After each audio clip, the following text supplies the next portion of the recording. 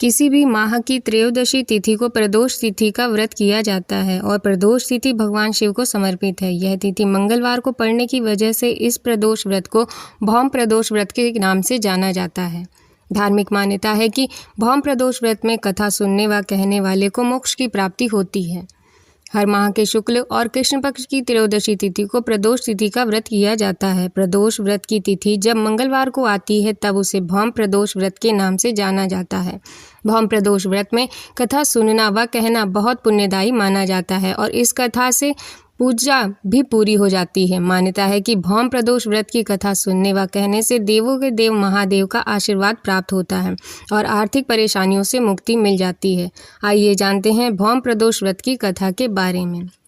भौम प्रदोष व्रत की कथा इस प्रकार है। सूत जी बोले, अब मैं मंगल त्रयोदशी व्रत का विधि विधान बतलाता हूँ। मंगलवार का दिन व्याधियों का नाशक है। इस व्रत में एक समय व्रती को गुड़ और गेहूं से बने पदार्थ का भोजन करना चाहिए। इस व्रत के करने से मनुष्य सभी पापों व रोगों से मुक्त हो जाता है। इसमें किसी भी प्रकार का संशय नहीं है।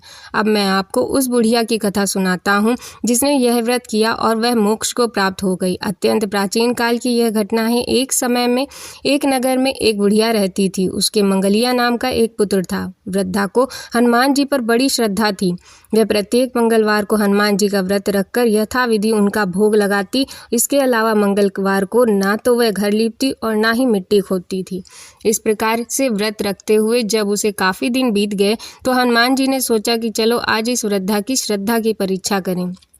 वे साधु का वेश बनाकर उसके द्वार पर जा पहुँचे और पुकारा, है कोई हनुमान का भक्त जो हमारी इच्छा पूरी करे। वृद्धा ने यह पुकार सुनी तो बाहर आई और बोली, महाराज क्या आज्ञा है। साधु वेशधारी हनुमान जी बोले, मैं बहुत भूखा हूँ, मुझे भोजन चाहिए, तू थोड़ी सी जमीन लीप दे। वृद्धा बड़ी दुविधा में पड़ गई। अंत में हाथ जोड़कर प्रार्थना की, हे महाराज, लीपने और खोदने के अतिरिक्त जो काम कहें मैं करने को तैयार हूँ। साधु ने 3 बार परीक्षा करने के बाद कहा, तू अपने बेटे को बुलाकर उसे औंधाकर लिटाकर उसकी पीठ पर आग जलाकर भोजन बना। वृद्धा ने सुना तो पैरों तले की धरती खिसक गई, मगर वह वचन हार चुकी थी। उसने मंगलिया को पुकारकर साधु महाराज के हवाले कर दिया, मगर साधु ऐसे ही मानने वाले ना थे। उन्होंने वृद्धा के हाथों से ही मंगलिया को औंधा लिटाकर उसकी पीठ पर आग जलवाई। आग जलाकर दुखी मन से वृद्धा अपने घर के अंदर जा घुसी। साधु ने जब भोजन बनाकर कहा कि मंगलिया को पुकारे ताकि वह भी आकर भोग लगा ले, वृद्धा की आंखों में आंसू भरकर वह कहने लगी कि उसका नाम लेकर अब मेरे हृदय को और ना दुखाओ। लेकिन साधु महाराज ना माने। वृद्धा को भोजन के लिए मंगलिया को पुकारना पड़ा। पुकारने की ही देर थी कि मंगलिया बाहर से हंसता हुआ घर में दौड़कर आया। मंगलिया को जीता जागता देखकर वृद्धा को सुखद आश्चर्य हुआ। वह साधु महाराज के चरणों में गिर पड़ी। साधु महाराज ने उसे अपने असली रूप के दर्शन दिए। हनुमान जी को अपने आंगन में देखकर वृद्धा को लगा कि उसका जीवन सफल हो गया। बोलो बजरंग बली की जय, बोलो उमापति महादेव की जय।